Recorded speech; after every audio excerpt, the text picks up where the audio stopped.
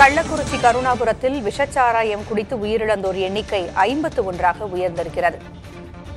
விஷச்சாராயம் குடித்து 40க்கும் மேற்பட்டோர் இதுவரை உயிரிழந்திருந்தார்கள். தற்பொழுது உயிரிழப்பு எண்ணிக்கை 51ஆக உயர்ந்திருக்கிறது. கூடுதல் விவரங்களை வழங்க செய்தியாளர் ஸ்ரீதர் இணைந்திருக்கிறார். ஸ்ரீதர், மரணத்தின் எண்ணிக்கை அதிகரித்துக் கொண்டே செல்கிறது. என்ன நிலை தற்போது அங்கே? கள்ளக்குறிச்சியில் இந்த கருணாபுரத்தில் 129 பேர் விஷசாராயம் குடித்ததாக மருத்துவமனையில் அனுமதிக்கப்படுகிறார்கள். நேற்று வரை ஒவ்வொன்றாக இறந்து போன நிலையில் 35, 36, 37 என்று நேற்று இரவு 42 வரையும் இருந்தது. அதன் பிறகு இரவிலிருந்து அதிகமாக உயிரிழப்பு என்பது அதிகரித்தது. தற்போது அது மேலும் உயர்ந்து 51ஆக உயர்ந்திருக்கிறது.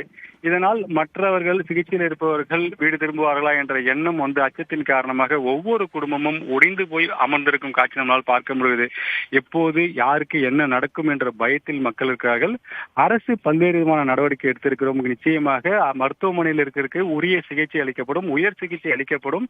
ஒவ்வொரு பாதிக்கப்பட்ட நபருக்கும் ஒரு மருத்துவரை நியமிச்சிருக்கோம் என்று தமிழக அரசு அறிவித்திருந்தாலும் நம்பிக்கை கொஞ்சம் கொஞ்சமாக குறைகிறது. காரணம், இதுபோல் உயிரிழப்பு அதிகரித்துக் கொண்டே இருக்கும் காரணத்தினால் பொதுமக்கள் மத்தியில் மிகப்பெரிய ஒரு அச்சம் என்பது ஏற்படுகிறது. தற்போது 51 பேர் இதுவரைக்கும் உயிரிழந்திருக்கிறார்கள். சற்று முன் சேலம் மருத்துவமனையில் இருந்த சிகிச்சையில் இருந்த சங்கர் என்பவர் தற்போது உயிரிழந்திருக்கிறார்.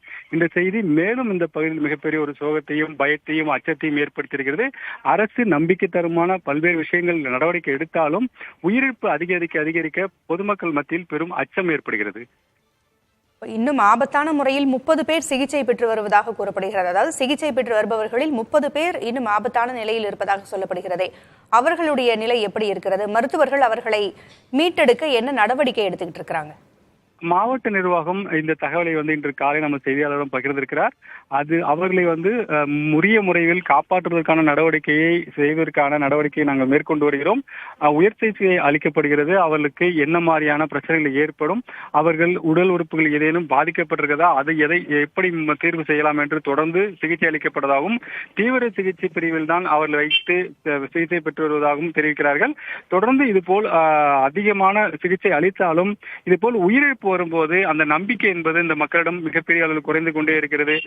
நேற்று வரை உயிரிழப்பு அதிகமாக இருந்த நிலையில் நேற்றிலிருந்து இரவிலிருந்து குறைந்திருக்கிறது. ஆனாலும் தற்போது 51ஆக சற்று முன் சேலம் மருத்துவமனையில் ஒருத்தர் உயிரிழந்திருப்பது 51ஆக பலி எண்ணிக்கை உயர்ந்திருக்கிறது. இது மேலும் இந்த பகுதி மக்களிடம் அச்சத்தையும் ஒரு நம்பிக்கையின்மையும் ஏற்படுத்துகிறது. நன்றி ஸ்ரீதர். கூடுதல் தகவல்களுக்கு மீண்டும் தொடர்பு கொள்கிறோம்.